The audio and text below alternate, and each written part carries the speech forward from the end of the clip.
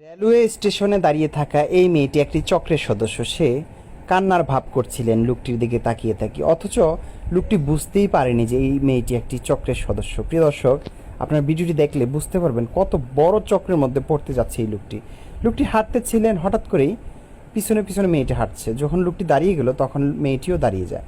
আবার লোকটি হাঁটতেছিলেন, মেয়েটি আবারও পিছু পিছু যাচ্ছিল। হঠাৎ করে ছেলেটি বলল, আপু আপনি আমার পিছু নিচ্ছেন কেন? কি কিছু বলবেন? কান্না করতেছেন কেন? না আসলে ভাই আমি তো কক্সবাজার গেছিলাম, আমার বয়ফ্রেন্ডের সাথে গেছিলাম, তো ওইখান থেকে ও চলে গেছে রাগারাগি করে। আমি এখানে চলে আসছি, কিন্তু আসার পথে আমার ব্যাগ টাকা পয়সা সব চুরি হয়ে গেছে। এখন আমার কাছে কোনো টাকা পয়সা নেই যে আমি আমার বাড়িতে যাব না, আমার কাছে তো টাকা নাই যে আমি ঢাকা যাব। আচ্ছা, তাহলে তো আমি তো আপনার আসছি এখান থেকে ঢাকা চলে যাব, কিন্তু আমি তো ট্রেন মিস করছি। ট্রেন তো আমি পাই নাই। এখন তো আমি একটা চিন্তা ভাবনা করতেছি কিভাবে ঢাকা যাব। যদি আপনি বাসে যান তাহলে আমাকে একটু হেল্প করতেন আর কি, আমিও তো ঢাকার দিকে যাব। তাহলে একটা কাজ করেন, আপনি আমার কাছ থেকে 1000 টাকা আমি দিতেছি আপনাকে, আপনি নেন, নিয়ে আপনি বাসে চলে যান। না টাকা লাগবে না, যদি কিছু মনে না করেন, আমার খুব ক্ষুধা লাগছে, চলেন আমরা কিছু খাই নি। আচ্ছা ঠিক আছে, চলুন তাহলে আমরা দুজন একসাথে চলে যাই। তারপর দুজনেই একটি রেস্টুরেন্টের দিকে যাচ্ছিলেন, আর মেয়েটি ছেলেটির দিকে বারবার তাকাচ্ছিলেন যে আজকে একজন পাওয়া গেছে।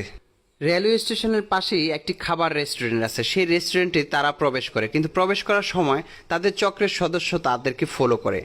তারপর মেয়েটি খাবারের হোটেলে বসেই পানি খাচ্ছিলেন, তারপর বলতেছিলেন, আপনি কোথায় ছিলেন, কি অবস্থা ছিলেন, কক্সবাজার কোন হোটেলে ছিলেন, সব কিছু যাবতীয় তথ্য সেই লোকটির কাছ থেকে জেনে নেয় মেয়েটি। তারপর সেই লোকটিও সব কিছু বলে দেওয়ার পর তার ফোন নাম্বার মেয়েটি নিয়ে নেয়, এবং কি লোকটি ঢাকা কোথায় থাকে, কি করে না করে যাবতীয় তথ্য মেয়েটি ছেলেটির কাছ থেকে আস্তে আস্তে জেনে নেয়। ছেলেটিও বোকার মতো সবকিছু মেয়েটিকে বলতে থাকে। দুজনে মিলে কাচ্চি খাবে বলে সিদ্ধান্ত নেয়। তারপর দুজনে মিলে কাচ্চি খাচ্ছিলেন, আর যাবতীয় তথ্য মেয়েটি আবারও নিচ্ছিলেন, আর বলতেছিলেন, আপনি না অনেক ভালো একটা মানুষ, আপনার মতো মানুষ হয় না।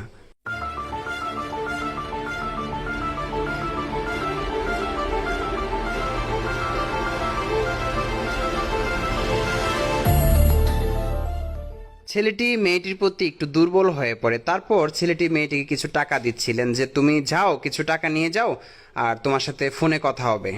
কিসের 2000 টাকা? টাকা তো লাগবে 20,000 টাকা। 2000 টাকা কেন দিতেছেন? 20,000 টাকা মানে? হ্যালো, আচ্ছা কোথায় আছেন? আসেন তো একটু এখানে। তোমার কি মাথা নষ্ট হয়ে গেছে নাকি? তো 20,000 টাকা দিবেন না? আপনি আমাকে নিয়ে কক্সবাজার যে ঘুরলেন, হোটেলে ঘুরলেন, থাকলেন, এখন আপনি আমার 2000 টাকা কেন দিতেছেন? টাকা 20,000ই দিতে হবে। কখন হোটেল নিয়ে গেছি? কি বলতেছেন আপনি? আপনার মাথা ঠিক আছে? অত শত বুঝি না, আপনার এখন 20,000 টাকা